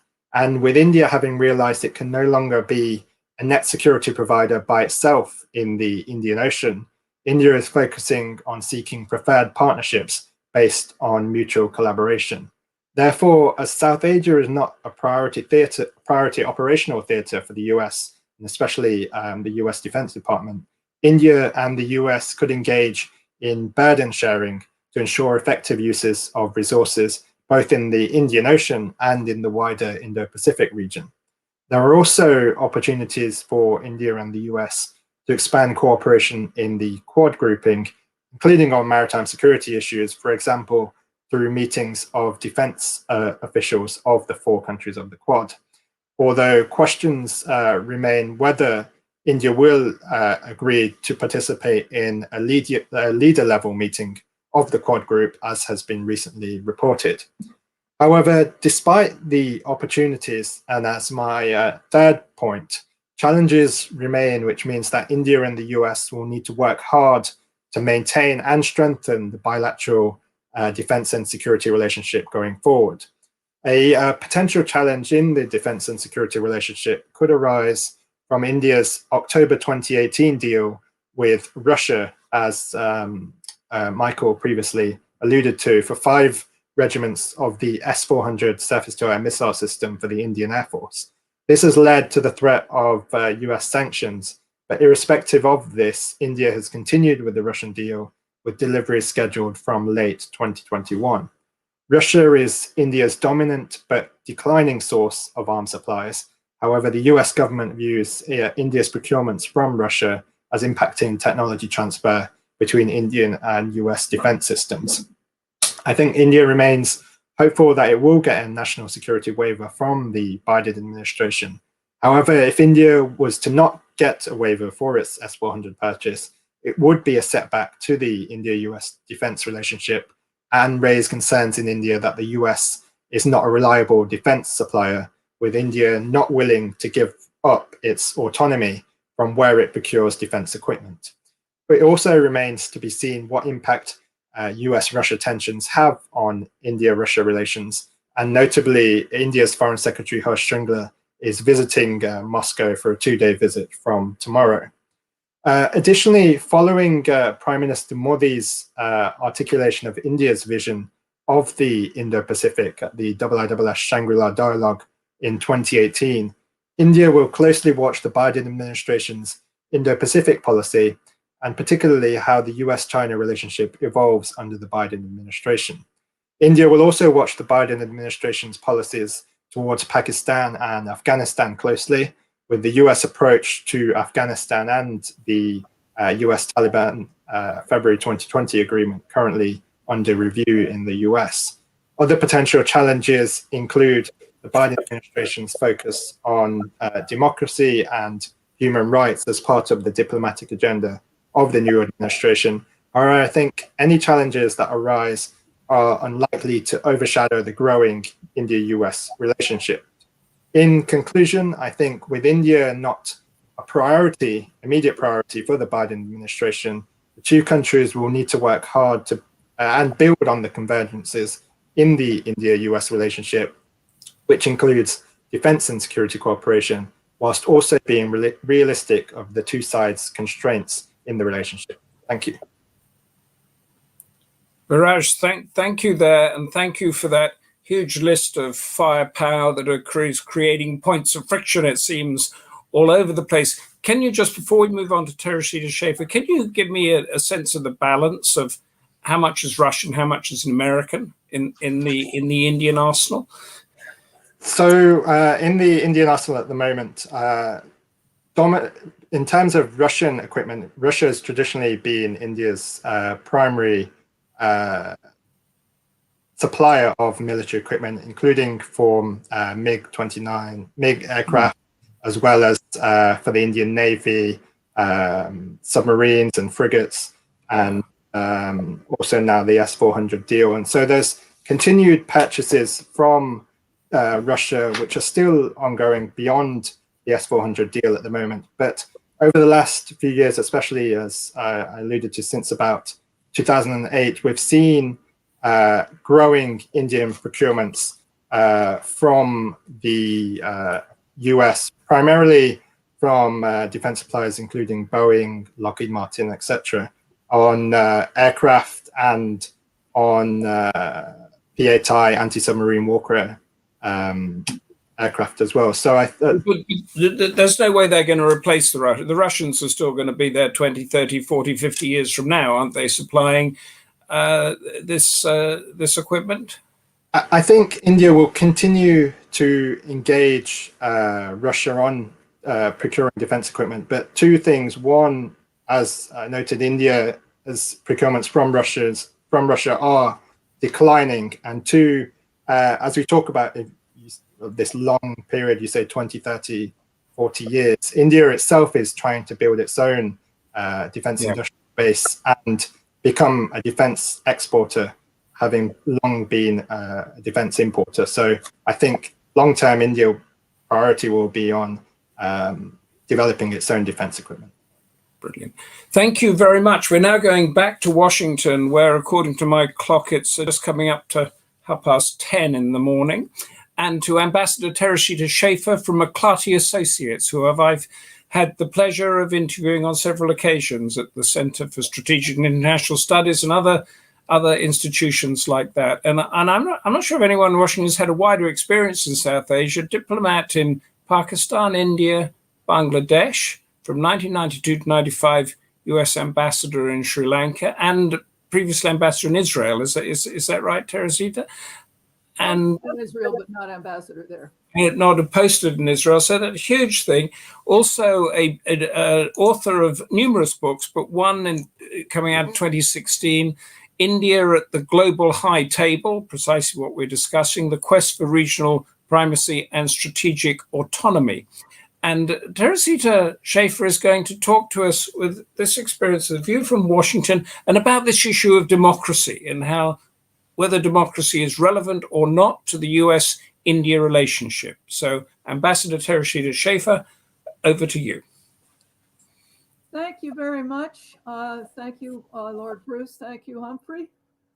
I'm delighted to be here this morning. I've been working on US-India relations for over 40 years, and this period includes some of the highest and lowest points in the trajectory. High points, you have the visit of President Dwight D. Eisenhower in 1959, which was a surprise because up until that point, there had not been particularly warm relations between the United States and India. And very importantly, you have the conclusion of the US-India Agreement on Civil Nuclear Trade in 2008, which shattered the precedents and represented not just US, but international agreement that India, although it wasn't a member of the Non-Proliferation Treaty, could, without violating anything, import civilian nuclear goods, and there's a lot of fine print that surrounds this, from members of the Nuclear Suppliers Group. The low point has already been mentioned once, but I'll mention it again, and that is 1971, during the war that broke Pakistan in two and left in place of East Pakistan, the newly independent Bangladesh, and the related decision to send the US aircraft carrier Enterprise into the Indian Ocean. What was even worse, and was revealed only later, the United States had, not long after the Enterprise sailed into the Indian Ocean, Henry Kissinger, then Secretary of State, had offered to stand aside if China intervened on Pakistan's side during that war. China didn't, so nothing happened with that, but it was just to give you a sense of the wide swings of this relationship. What I'd like to do is really three things of unequal length. First, I'd like to talk briefly about what has driven the US-India relationship at different times. Secondly, since nobody here has talked at all about the economic relationship, and since that has become quite an important part of the India-US partnership, I'd like to talk about that. And third, I would like to talk about democracy and where it fits into this process. For those of you who are impatient or holding your breath or something, it is relevant, but it's complicated. So what are and have been the drivers of the US-India relationship? They did change over time. For the first decade after independence, the first was just the fact of India's independence, which the US welcomed, but US policy operated first and foremost in a Cold War context. For India, the big task was to consolidate India's independence and to implement Nehru's vision of India's place in the world. And that can be summed up by one of his favorite words, which was non-alignment. No alliances. India wasn't going to follow anyone. It would be an important scene setter for global politics. Non-alignment is a word you don't hear nearly as much now as you did then. It's been somewhat superseded by the phrase strategic autonomy, which I'll come back to later. But this idea of India as one of the movers and shakers in the global politics is still a very important scene setter for Indian foreign policy. Another important driver was the fact that, particularly up until the late 1950s, but really much longer than that, India's relations with the Soviet Union were much closer than they were with the United States. From the late 1950s onward, the Cold War was still going on. New issues became important. One was India's weak economy and the fact that the United States had become a significant aid donor. It had as an objective to build up the economies of the developing countries, and they saw this as an element in the competition, in the Cold War competition for supporters between the Soviet Union and the United States. The Cold War alliances were still important. There were 2 wars between India and Pakistan during this period, and then the third war was the one we've already mentioned in 1971. Pakistan had in fact joined one of the U.S. alliance systems. India wanted no part of it and took this as in effect, declaration of U.S. hostility. 1971 was interesting, however, because India signed a big security agreement with Russia at this time, one which was, I would say, quietly criticized in foreign policy elites as being a deviation from non-alignment. After the 1980s, things started to shift. And there are 2 big challenges that wound up, to a much greater extent, driving the U.S.-India relationship. The first was that India's economy took off. The growth rate expanded rapidly as India changed its policies on the economic side to make much greater space for private economic activity. They opened up their market. It was still considered one of the most restricted markets in the world, but as we used to say in the Foreign Service, you should have seen the first draft. It had been a much more closed economy before. The ratio of trade to gross domestic product tripled from about 13% to about 45%. And since 1990, economic growth continued to grow, and it became one of the highest growth countries in the world. They've hit some bumps in that road, which I'll come back to. But one of the consequences of this was that Indian strategic thinkers started to recognize that how their economy did and how people did in this hot economy was actually a major strategic factor. The U.S. has been for some years the #1 Indian trading partner if you count both goods and services. China is #1 if you only count goods.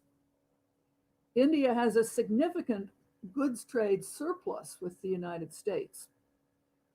And it is now, particularly after Modi came to power, and particularly after the terrible economic dislocation that the pandemic has caused, become very interested in picking up some of those parts of the global supply chain that are looking to diversify their location away from China and towards other countries. Another thing that became important during this period on the economic side is the role of the technology industries in both India and the United States. First of all, they're joined at the hip. There is a popular abbreviation called NRI, non-resident Indians. And one of my Indian economist friends claims that there was another one which wasn't as well known in the United States, which was SVI, Silicon Valley Indians. And the Silicon Valley Indians, it turns out, played a significant role in the rise of India's tech industry. And Indian labor, temporary resident labor, became an important part of the Silicon Valley workforce. My brother, who was chief financial officer for Netscape for a while, told me that 25% of his engineering staff were Indian passport holders, which doesn't count the Indians who hold American passports. So you have both a hot economy and a tight connection, not so much in a strategic product as in a strategic industry. But you still have Indian trade issues, which remain a problem now. The other big thing that happened in and beyond the 1980s was that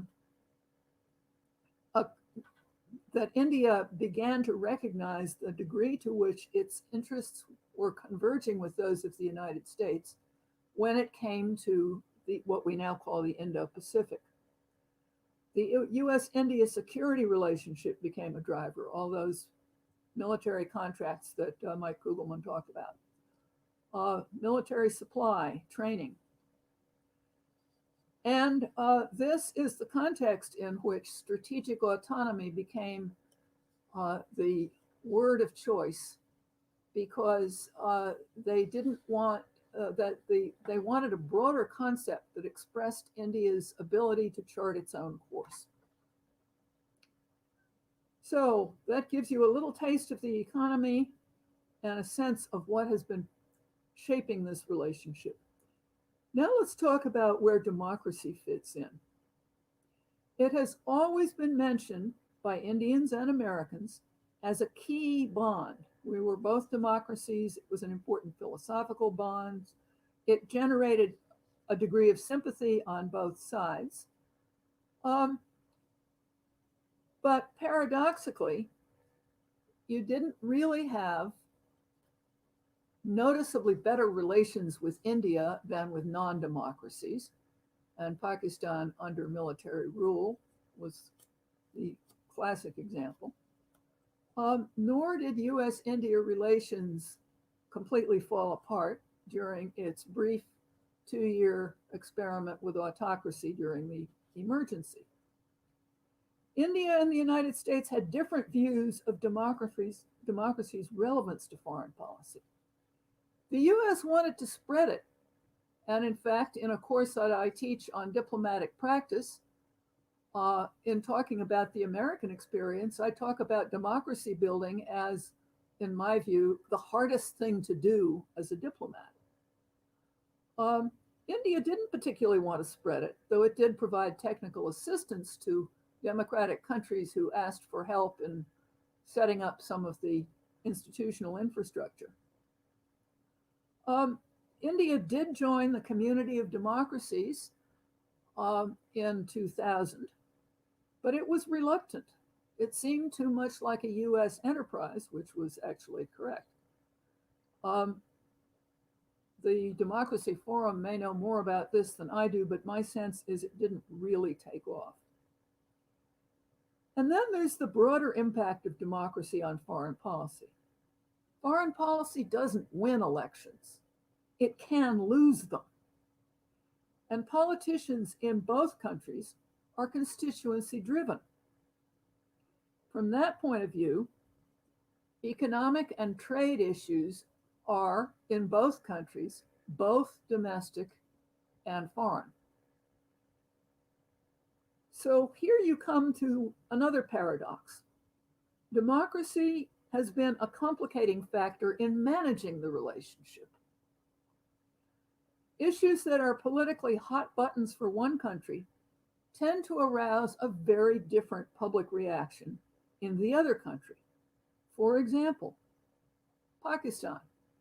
In the 1950s and 60s particularly, it was allied with the United States, and it was the big rival in India. This issue has resonance not just in foreign policy elites, but in the broader voting public. And one of the important facts here is that in India, the poorer socioeconomic categories tend to vote in larger percentages than the richer ones do. Second example, India's ties with the Soviet Union. Now, this was something that people muttered about rather than really debating in the early days. And India's ties with Russia have become less of a problem between India and the United States since the breakup of the USSR and the end of the Cold War. But as a couple of previous speakers have mentioned, it still pops up from time to time. The importance of certain high-tech military supply. I think the US, from a policy point of view, isn't particularly upset by the technologically uninteresting aspects of Soviet military sales to India. But the S-400 system certainly got people's attention. Third example, Iran.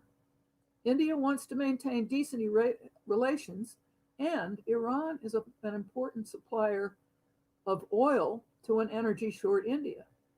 The US has huge differences with Iran, as I'm sure you're all painfully aware, and has been mobilizing or sanctioning other countries to increase the pressure on Iran. Fourth example, Myanmar. Before the pro-democratic movement in Myanmar, India wasn't particularly interested in beating the drum for Aung San Suu Kyi, which is more or less how it presented itself. And I always wondered why, until somebody told me that contrary to the usual official talking point, the real issue was that they were trying to, and eventually succeeded in, working out a deal whereby the Myanmar government would clamp down on anti-India dissident or rebel groups who were disturbing the Indian Northeast, which is a perennial trouble spot. Something of the same is going on now with Myanmar having kicked out Aung San Suu Kyi. And of course, trade problems are still with us. India and the US didn't really have a common global threat perception until quite recently, and that centers on China. Often close relationships start with this, but the US-India one wasn't close at the start and didn't start that way. It's often complained that the US is accustomed to dealing with great power peers and everybody else is much smaller, or is a problem.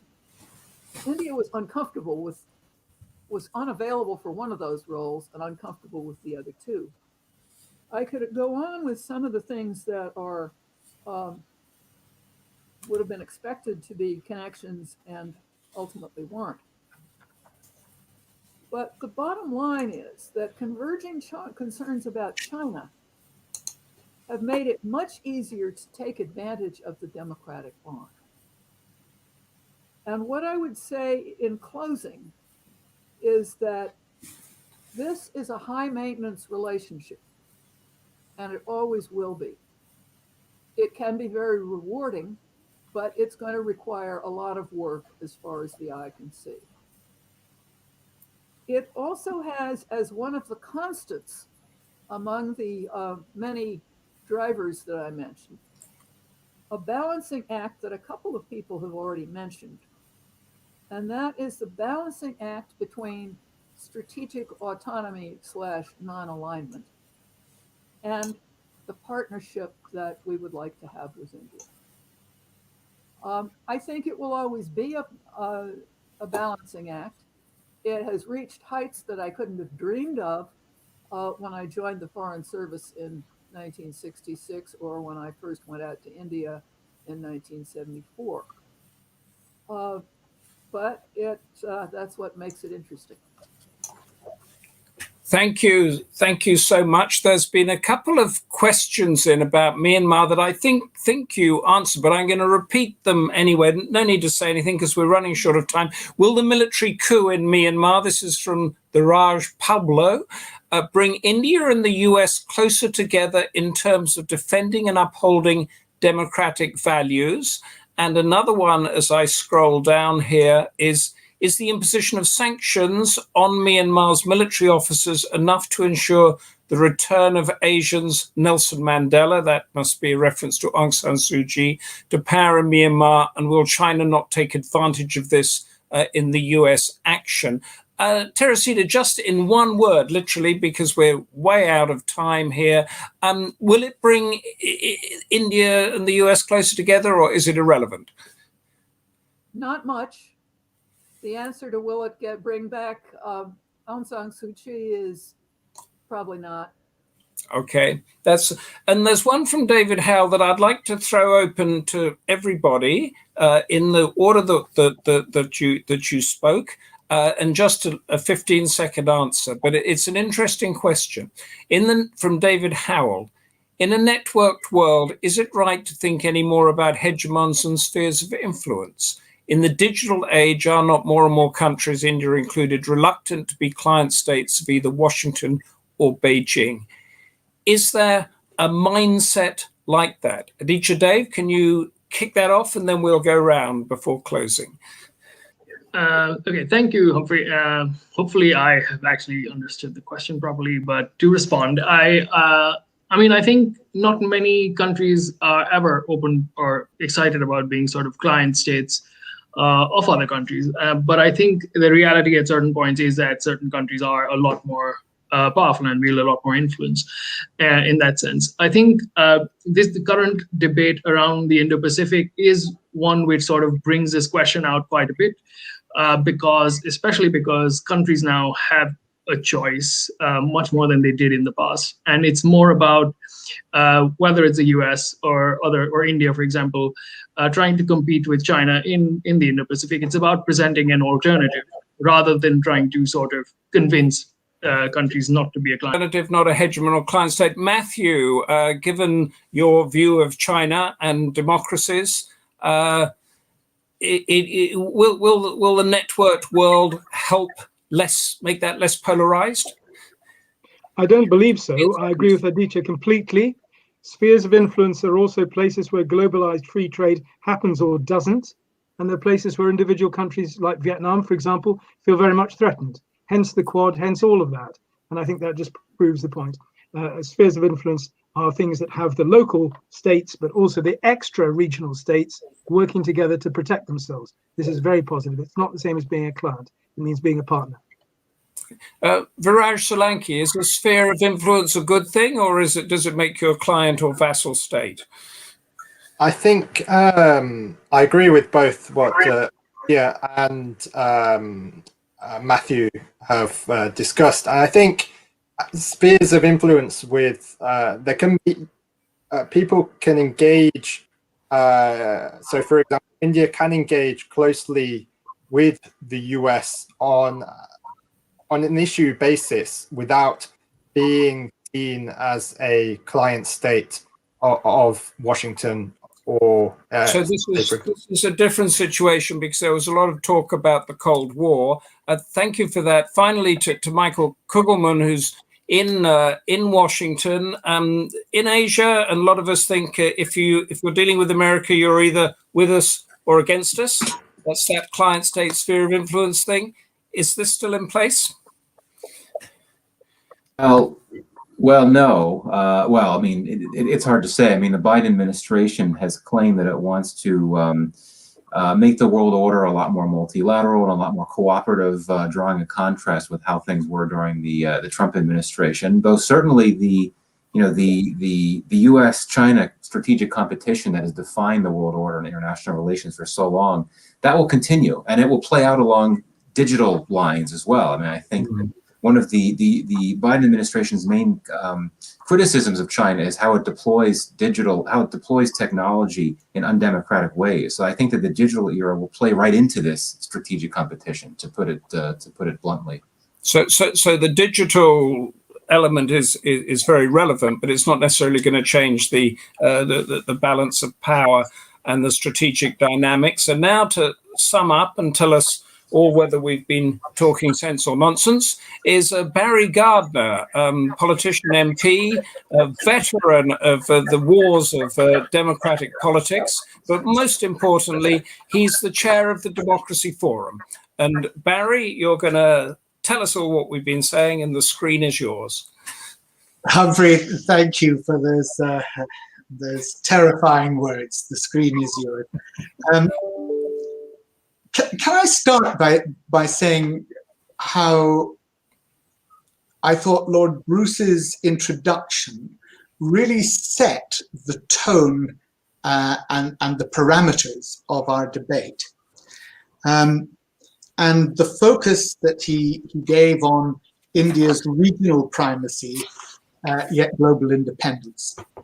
And it set me thinking that if one looks at America through that prism, are we seeing America as somebody who takes that phrase and mutates it to USA's global primacy and need for regional interdependence? And the way in which all of our speakers, it seems to me, have alluded to but slid by the question that was at the top of our title, preserving democratic norms. We've talked so much about strategic partnerships. I thought Frances de Souza's comment when she asked the question, if I can pin it down, about how India's geopolitical position on Kashmir and Pakistan played into this. And of course, it found echoes in a number of our contributors, but particularly in what Teresita Schaffer was saying about, I think she didn't use the word Nietzschean perspectives, but I think she did use the word perspectives. The differing perspectives that India and the US have on key relationships. And again, she didn't use the phrase, but the whole principle of my enemy's enemy is my friend and my friend's enemy is my enemy. The way in which the historic alliance that the US chose to make with Pakistan against Russia through Afghanistan meant it was very difficult for the US to see India as a potential partner. And that's a huge change that many of our speakers have talked about having occurred over the past 30 years, 40 years. That gradual move in the relationship. But I was delighted when Teresita pinned it down by talking about the economy, talking about trade, talking about that tripling of trade that took place, and the importance of the hot economy, the economic growth rate that she spoke of. Because that has fundamentally altered the view that the whole world, I think, has of India. And she spoke of 40 years ago, 50, 60 years ago, India struggling to feed itself, now being a dominant economic power.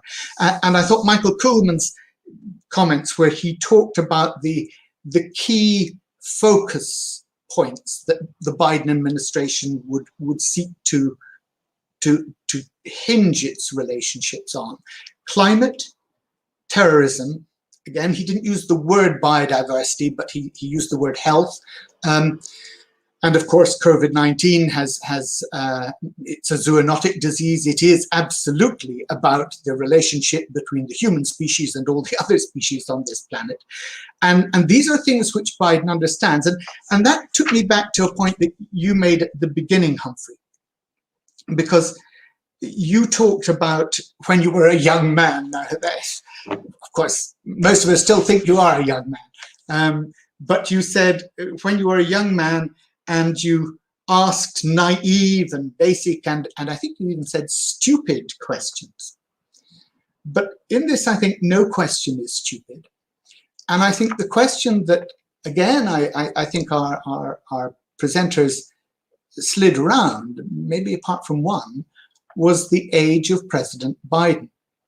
He is an old man. We've never had a president of the United States have the freedom of being an old man in office, who may only have one term in office, and therefore has the freedom not to be thinking necessarily about a second term, but about the importance of legacy in this one term. And I wonder how much that will influence President Biden's thinking in this area. Because yes, the relationship with China, the potential areas of conflict with China are huge, but he wants to establish a clear legacy here. And one would hope that with age comes wisdom. And it seems to me that with a Vice President, Kamala Harris, as was said at the beginning, somebody with an Indian background, India is a natural strategic partner for the US. And Viraj spoke about intelligence support from the US, Indian burden sharing on maritime security. Yes, he highlighted those potential points of friction that you spoke about at the beginning. He talked about the challenges that remain in the security relationship. And again, they hinge around the existing military cooperation with Russia. And I found it interesting that Teresita Schaffer slightly pushed that to one side and said, look, is a Biden administration, is the Pentagon really going to be that concerned about the deal that was done for air-to-surface missiles? Is that the technology that really is going to worry them? She, it seemed to me, suspected not, and I think I would go with her wisdom on that one. But if we think about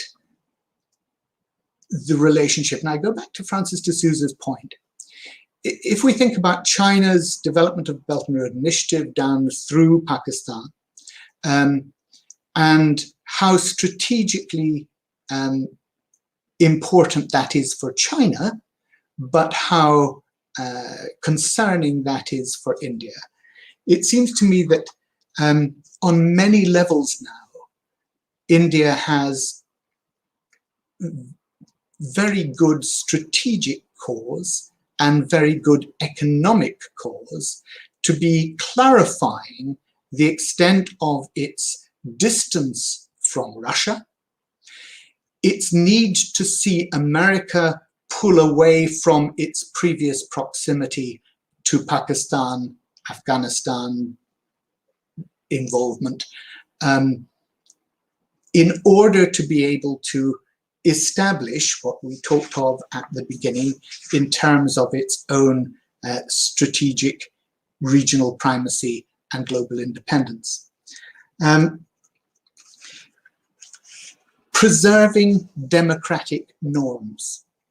There was a question, it came from, I think it was Prashant Kumar, it popped up on the screen, who said, in the light of recent events, is the word democracy relevant to either US or India? What an astonishing question.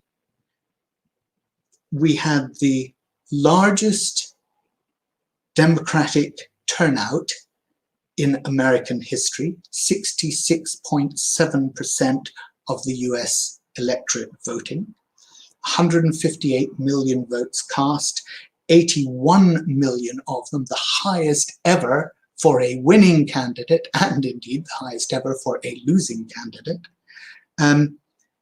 And in India, we had the highest ever turnout, 67% of the Indian electorate, an electorate of 911 million people.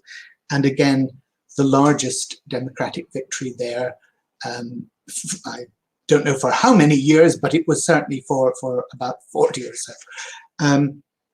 So these are vibrant democracies. And yes, there are strains within each of them which are bringing tensions of identity. Nationalism, Hindu nationalism, and the way in which India is dealing with its own secular constitution. And in the US, the way in which we have an incredibly polarized electorate, again, largely, I would say, on issues of identity. So democracy is alive and well, but it is fragmented. And it's the fragmentation of pluralism, it's the fragmentation of identity. But if one presidency, Biden, seeks to ensure that he has a legacy that will last, then surely it must be in boosting the stability of the Pacific region by increasing economic cooperation with India and ensuring that here we have a new head of the WTO, the first time that that head has come from a Black African woman, fantastic, and ensuring that the norms that we have said should be governing the world in a rules-based order.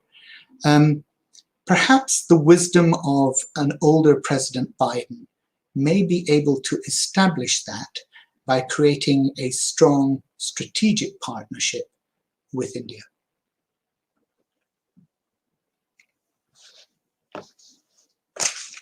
That really does sum up the democratic norms throughout the Indo-Pacific. That wraps us up for today. What a fascinating debate.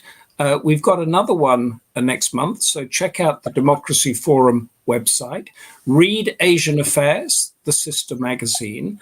And I'd like to thank each and everybody for being here. Lord Charles Bruce for laying out the canvas, Aaditya Dave, Matthew Henderson, Viraj Solanki, Michael Kugelman of the Woodrow Wilson Center, and Teresita Schaffer from McLarty Associates, who sent in a message at the last one. She said she wanted to give a short answer to the digital networks question. She said digital networks matter, but geography always will. We're talking about the geography of the Indo-Pacific and the future of the Indo-Pacific. Thank you for joining us. See you next time. Thank you from the Democracy Forum, from Asian Affairs, and thank you all for being with us.